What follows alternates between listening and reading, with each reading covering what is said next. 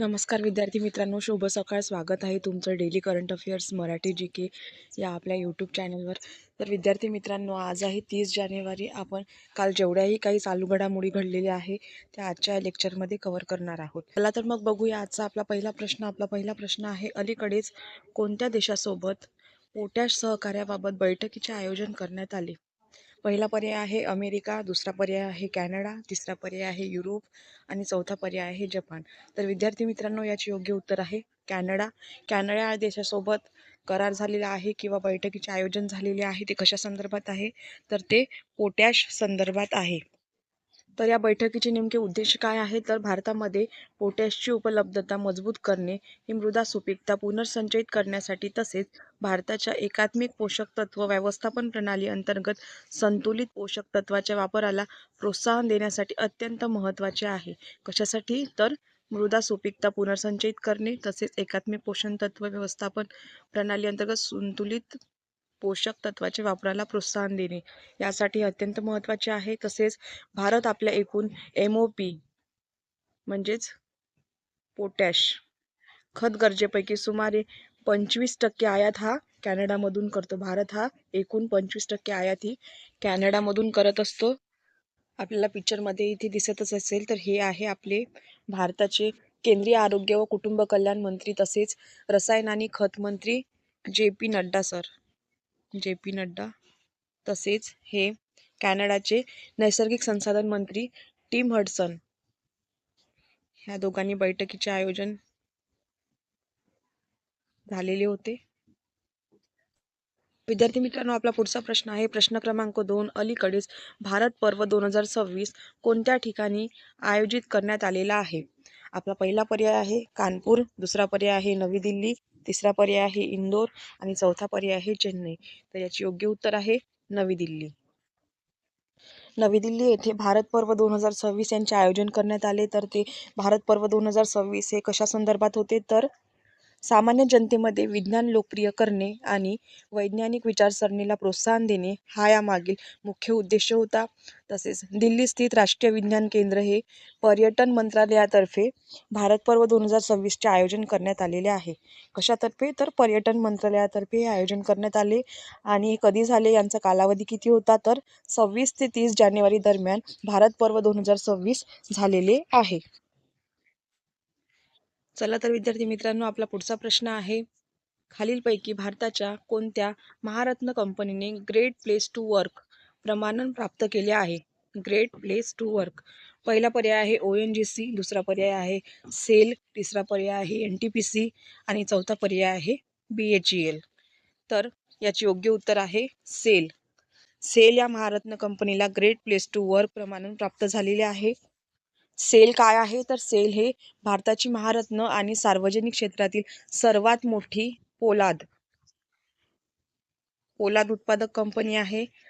तसेच great place to work institute Bharat यांनी केलेल्या कंपनी व्यापी मूल्यांकनानंतर सेलला ही मान्यता मिळाली असून तिसऱ्यांदा ही कामगिरी त्यांनी साध्य केलेली आहे. सेलनी तिसऱ्यांदा ही कामगिरी साध्य केलेली आहे.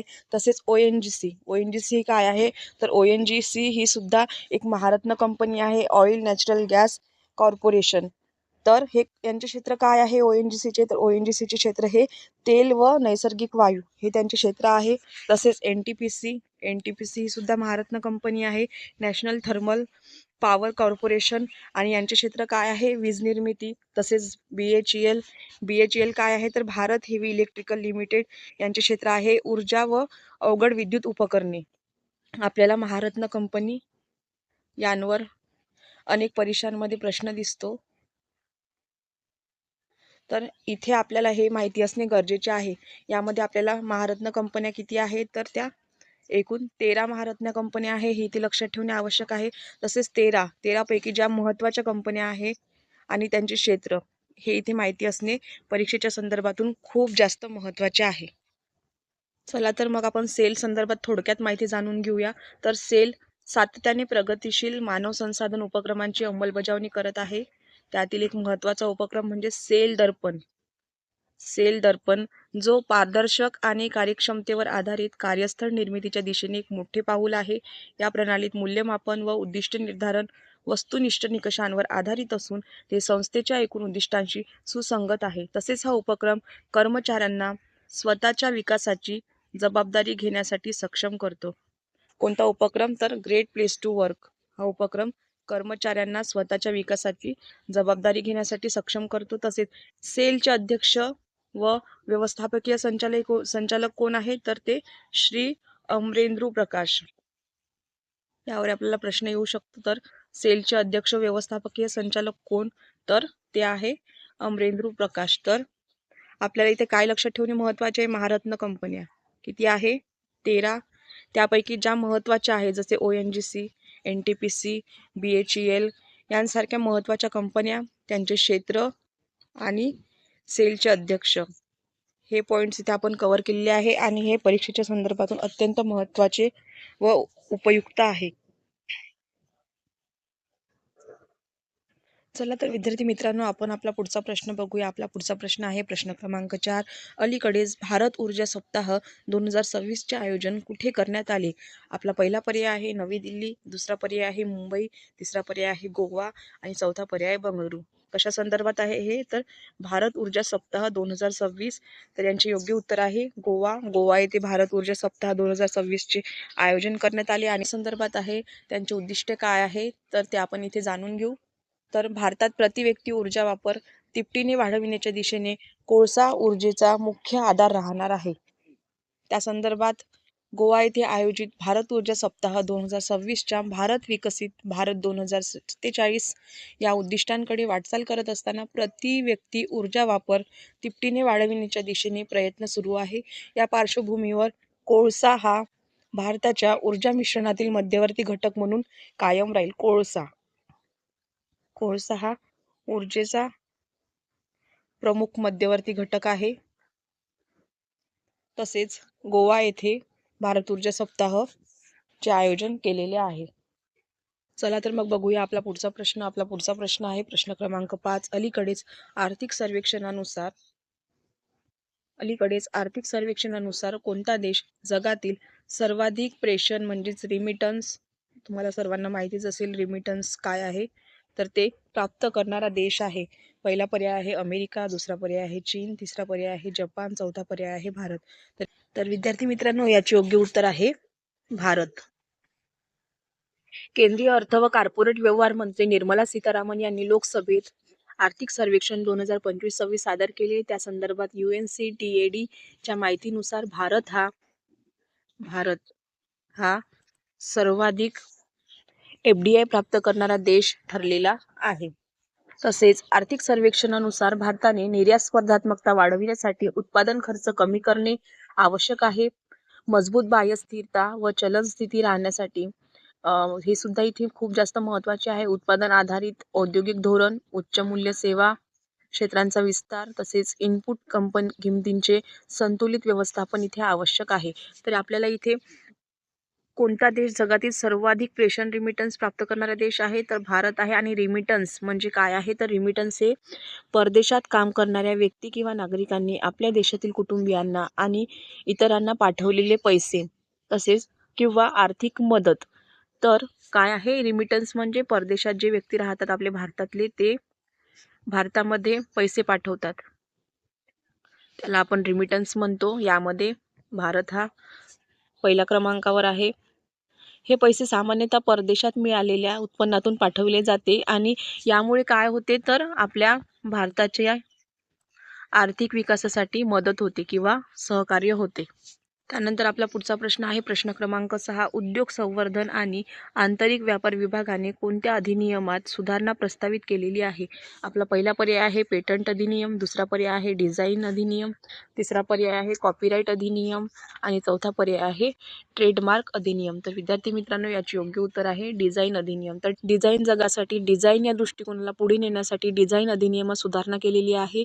तसेच वाणिज्य आणि उद्योग मंत्रालयाच्या उद्योग संवर्धन आणि आंतरिक व्यापार विभागातील डिझाईन अधिनियम 2000 मध्ये सुद्धा सुधारणा करण्याचा प्रस्ताव मांडलेला आहे किंवा ते प्रकाशित करण्यात आलेले आहे. यांचा उद्देश काय आहे तर भारतातील डिझाईन संरक्षण व्यवस्था आधुनिक करणे आणि ती आंतरराष्ट्रीय प्रथांशी सुसंगत बनविणे हा यांचा नेमका उद्देश आहे.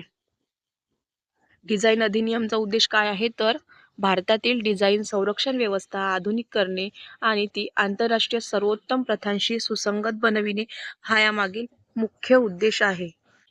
विद्यार्थी मित्रांनो, आपला पुढचा प्रश्न आहे प्रश्न क्रमांक 7 आणि प्रश्न क्रमांक 7 आहे जगातील सर्वात मोठा पुंजीगत खर्च असलेला ब्रॉडबँड कार्यक्रम कोणत्या देशात डिजिटल महामार्ग तयार करण्यासाठी राबविला जात आहे? पहिला पर्याय आहे अमेरिका, दुसरा पर्याय आहे चीन, तिसरा पर्याय आहे भारत आणि चौथा पर्याय आहे जपान. तर विद्यार्थी मित्रांनो, याचे योग्य उत्तर आहे भारत.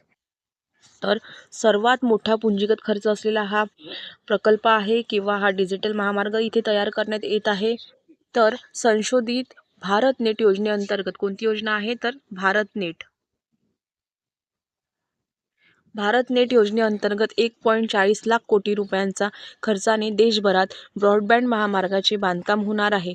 यामुळे 6.5 लाख गावांपर्यंत ब्रॉडबँड कनेक्टिव्हिटी वाढवली जाणार आहे. यांचे मुख्य उद्देश आहे नेटवर्क आर्किटेक्चर मिनियरपासून रिंग टॉपोलॉजीपर्यंत बदलणे किंवा 47,000 अतिरिक्त ग्रामपंचायतांना जोडणे आणि सर्व घरांपर्यंत 25 Mbps थेट ब्रॉडबँड कनेक्टिव्हिटी देणे यांचा समावेश यामध्ये करण्यात आलेला आहे. तर हा कशा संदर्भात आहे? तर तो महामार्गांच्या रिलेटेड आहे आणि हा प्रश्न आपल्याला इथे येऊ शकतो कारण हा जगातील सर्वात मोठा पुंजीगत खर्च असलेला ब्रॉडबँड कार्यक्रम आहे आणि तो कोणता आहे? तर भारत नेट. हा प्रश्न खूप जास्त महत्त्वाचा आहे. जगातील सर्वात मोठा पुंजीगत प्रकल्प भारतात आहे आणि त्या प्रकल्पाचे नाव आहे भारत नेट. चला तर मग बघूया आपला पुढचा प्रश्न. आपला पुढचा प्रश्न आहे प्रश्न क्रमांक 8. अलीकडे जगातील सर्वात मोठा compressed air energy storage plant कोणत्या देशाने बांधलेला आहे? पहिला पर्याय आहे अमेरिका, दुसरा पर्याय आहे चीन, तिसरा पर्याय आहे जपान आणि चौथा पर्याय आहे इंग्लंड. तर विद्यार्थी मित्रांनो, याचे योग्य उत्तर आहे चीन. चीन येथे जगातील सर्वात मोठा compressed air energy storage plant बांधण्यात आलेला आहे. तर हे 100% ग्रीन स्टोरेज अँटीबायोटिक तंत्रज्ञानाचा वापर इथे करण्यात आलेला आहे. तसेच 6 लाख घरांची वार्षिक मागणी पूर्ण करतो. हे CAES प्लांट संयंत्र अँटीबायोटिक तंत्रज्ञानाचा वापर करते, हिरव्या ऊर्जेसाठी मिठाच्या गुहेत संकुचित हवा साठविते. तसेच चीनने 2027 पर्यंत 180 गिगावॅट ऊर्जा साठवणुकीचे उद्दिष्ट ठेवलेले आहे.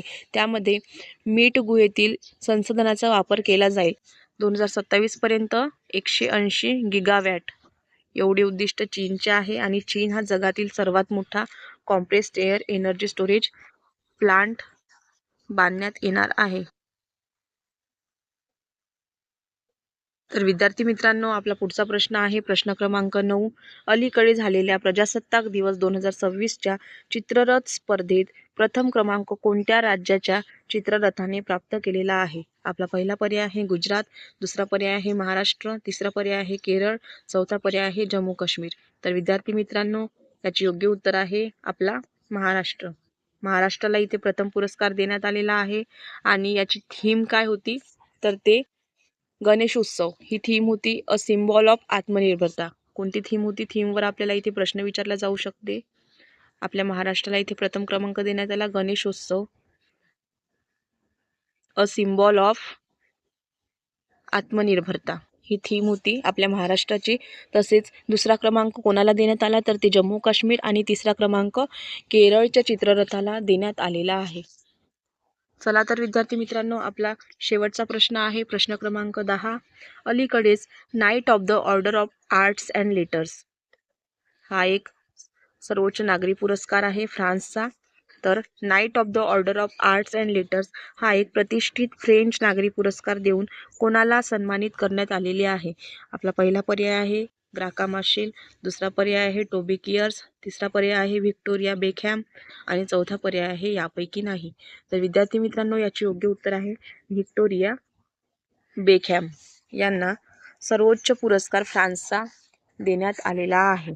तर night of the order of arts and letters हा पुरस्काराबद्दल आपण थोडक्यात माहिती जाणून घेऊया. तर कला, साहित्य, फॅशन, संगीत, चित्रपट व संस्कृती या क्षेत्रात फ्रेंच आणि जागतिक संस्कृतीच्या प्रसारासाठी उल्लेखनीय योगदान करणाऱ्या व्यक्तींना हा पुरस्कार देण्यात येतो. हा एक नागरी पुरस्कार आहे, आताच आपण बघितला. आणि तसेच व्हिक्टोरिया बेकहॅम यांना कशा संदर्भात पुरस्कार देण्यात आला, तर त्या कला, फॅशन, संस्कृती या क्षेत्रात केलेल्या उल्लेखनीय कामांमुळे त्यांना या सन्मान मिळालेला आहे. ह्या आहेत आपल्या व्हिक्टोरिया बेकहॅम. तर विद्यार्थी मित्रांनो, आपण आजचे संपूर्ण आपले टॉप 10 प्रश्न बघितलेले आहे. तर तुम्हाला आजचे लेक्चर कसे वाटले हे मला कमेंट सेक्शनमध्ये नक्की सांगा. आणि लेक्चर आवडले असल्यास लेक्चरला लाईक करा, शेअर करा, सबस्क्राईब करा. धन्यवाद.